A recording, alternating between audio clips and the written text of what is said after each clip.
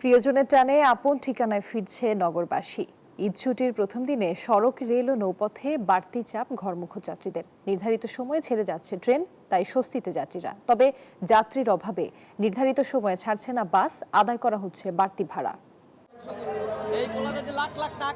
নারীর টানে বাড়ি ফিরছে মানুষ, সবার চোখে মুখে তাই আনন্দ আর উচ্ছ্বাস। ঈদের আনন্দ ভাগাভাগি করে নিতে শত কষ্ট উপেক্ষা করে ফিরছেন প্রিয়জনদের কাছে। যাত্রীদের পদচারণায় মুখর সদরঘাট, তবে লঞ্চে নেই যাত্রী নেয়ার সেই চিরচেনা হাঁকডাক।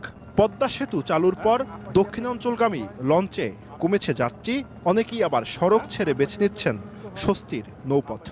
যে কোনো বছরের তুলনায় এবার ঈদ যাত্রা অনেকটাই নির্বিঘ্ন হচ্ছে। বিশেষ করে লঞ্চে যাত্রীরা নারীর টানে বাড়ি যেতে পারছেন যে কোনো ধরনের ভোগান্তি ছাড়াই। সন্ধ্যার পর বাড়তে থাকে দক্ষিণাঞ্চলের যাত্রীদের বাড়তি চাপ, তবে মোটামুটি সময় মতোই ছেড়ে যাচ্ছে চাঁদপুর, বরিশাল, ভোলা, পটুয়াখালী, বরগুনা ও ঝালকাঠির রুটের লঞ্চগুলো। ভাড়া অনেক কম, সিটও পাওয়া যাইতেছে, পরিবেশটা অনেক সুন্দর। এতটুকু ভোগান্তি তো থাকবেই, সবসময় তো থাকে, ভালো লাগে। তারপরে একই চিত্র কমলাপুর রেল স্টেশনেও। বিগত বছরগুলোর তুলনায় এবার একটু ভিন্ন রূপে এই স্টেশন। নেই বাড়তি যাত্রী চাপ, ভোগান্তি। স্বস্তিতে ঢাকা ছাড়তে পেরে খুশি ঘরমুখো যাত্রীরা।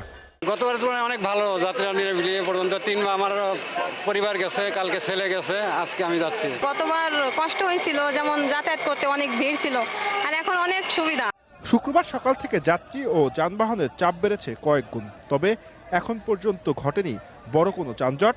ভোগান্তি ছাড়াই বাড়ি ফিরতে পারছেন যাত্রীরা। 200 টাকায় গাড়ি ভাড়া 500 টাকা নিতে, তারপরেও দেখা যায় অনেক কষ্ট। আমাদের যে যাওয়ার যে গাড়ি থাকার কথা, ডাইরেক্ট যাব, এই ধরনের গাড়ি আমরা এখন পাইতেছি না।